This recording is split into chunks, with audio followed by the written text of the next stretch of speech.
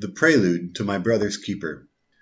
Defiantly the tree held tightly to its one remaining leaf, as gust upon gust of wind ripped through its branches, declaring to the world that an early winter had arrived in this barren land. The leaf remained. Many others had fallen that day, but the leaf obstinately held on. It was the last survivor in a seasonal battle that inevitably stripped the tree bare. Still, the leaf held on. The leaf held on until finally it could do so no more. The north wind battered its breath against the lonely tree, and when it managed to gain the upper hand, that leaf broke free. Riding the current of this frigid wind, the leaf floated and fluttered far from its home. Now rising, now falling, the curly-edged brown, dying, and decaying leaf painted a lively counterpoint to the bleak, barren landscape that was part and parcel of early September in the North Country. Spinning in its stance, this leaf finally came to rest on an unused path, a short distance to the east in the lonely tree from which it was launched. As it gently touched down, the leaf was immediately ground into nothing by a big, black boot. Gavriel again pulled his hood tightly to his head.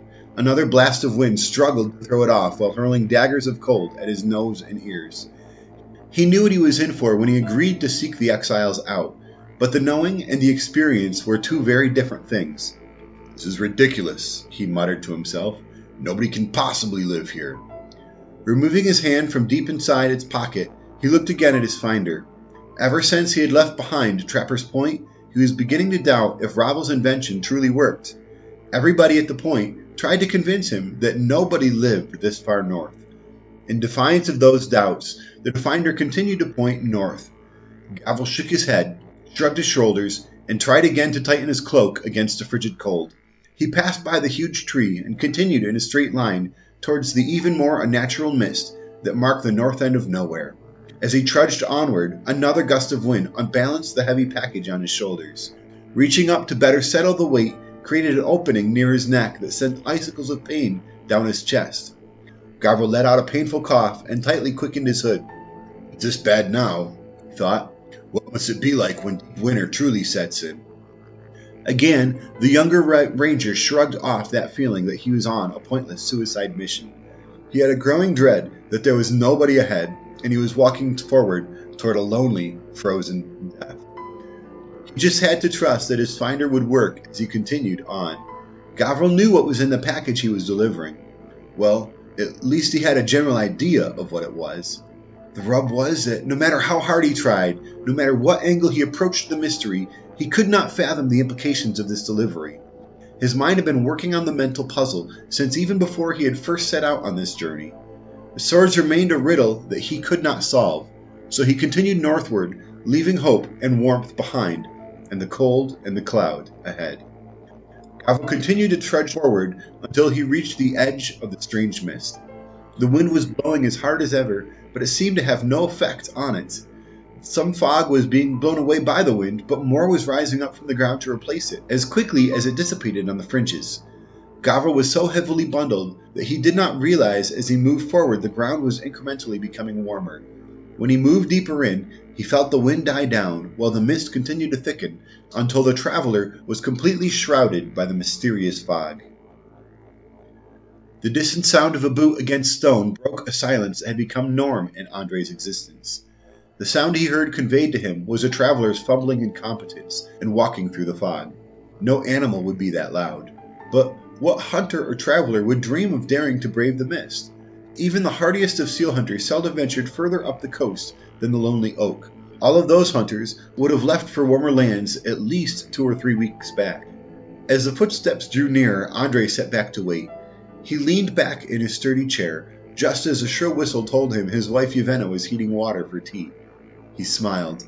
She seemed to have a sixth sense at times. Usually, that sixth sense came into play when he was getting himself into trouble. She had a sense of what was coming 11 years back as well.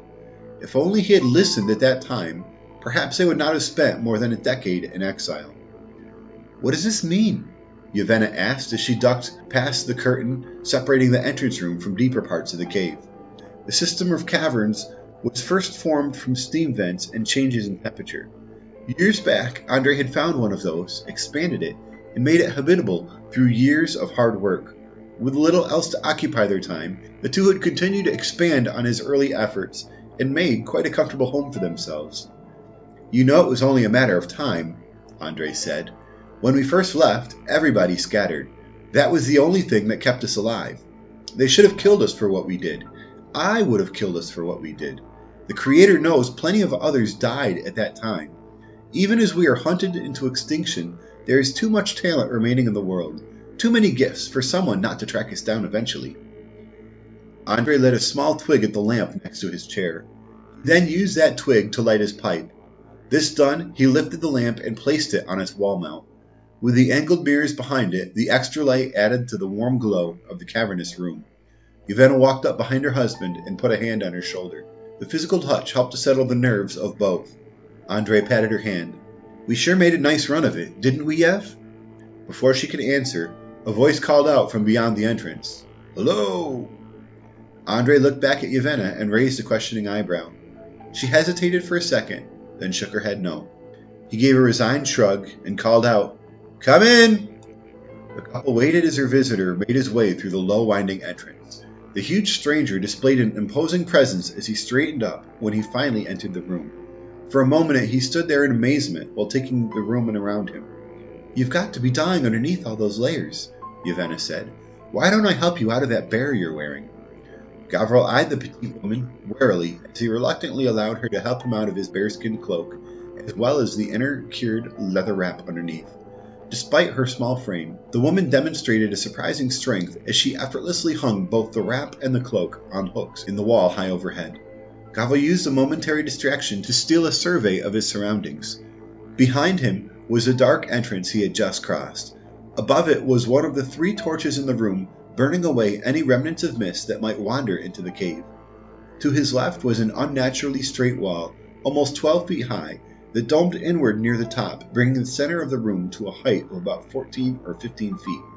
The room was about 8 feet wide at the entrance, bulging to about 12 feet just beyond the center, then tapering to around 10 feet at the far end. There, a curtain hinted at another, shorter tunnel that led deeper into the cave. Above each entrance was a torch, and Gavriel saw a third torch above the 2 chairs positioned along the left wall. Behind each torch, mirrors were reflecting the light in a homey, uneven glow around the room. Between the 2 chairs was a 3-tiered bookshelf containing about 30 well-worn volumes. Between the larger chair and the far entrance were a narrow table and a stool. Scattered on that table were sheaves of paper, as well as a quill and ink jar. Jutting from the other main wall were various pegs and hooks from knee-height on up to about as far as a hand can reach. Most pegs stood empty, but a few contained traps, and there were spears leaning against some of the lower ones. These pegs ran the entire length of the 25-foot right wall. On a couple pegs nearest him were some cloaks and wraps. Over 10 years to work at it, and this is all the home we've built. Although a couple inches shorter than Gavriel, the man who spoke would be considered fairly tall to most people. His reddish-brown hair, thick mustache, light complexion, and thick build belied his origin as Kievan-born, and would allow him to blend in from Novgorod to Ursk. The man's petite wife, however, definitely seemed out of place in these northern climes. Her tiny, 5-foot frame, black hair and eyes, and dark almond skin pointed to a Mistran heritage, or possibly from northern Mumbi if she had been upper caste. Gavriel's gaze hardened as he looked Andre in the eye. All he saw was a man, an average, normal man, and this frustrated him. He did not see the evil villain his mind had created. Neither did he see a couple bowed under and overcome with remorse. Before him were the worst criminals in history, yet all he saw was an ordinary man and a fairly attractive wife living in a rugged yet cozy underground home. Andre saw his visitor's gaze harden and said, "If you're here to kill us, you best get on with it. I don't think I could stand much chance of stopping you." "I only wish my talents ran in that direction," Gavriel said. "I'm not an assassin. I'm a ranger, and I've been sent to give you this." Gavriel swung the package off his back and let it clatter to the ground. At the same time, he pulled a parchment letter from his breast pocket and dropped that as well. In 3 long strides, he reached the wall where his cloaks had been hung. Violently pulling the thick bearskin, he heard it rip as he yanked it free from the peg in the wall. He turned around to find that Yvonne had placed her small frame between him and the exit. "Please don't," she said. "Come nightfall, you'll freeze out there." Gavriel pointed at her and said, I have a message for you all of my own. You're pregnant. Twins. Yvonne put a hand to her mouth and took an involuntary step back. Gavril pulled past her and headed down the tunnel to the cave's mouth.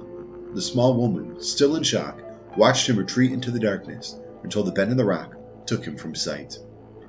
Impossible.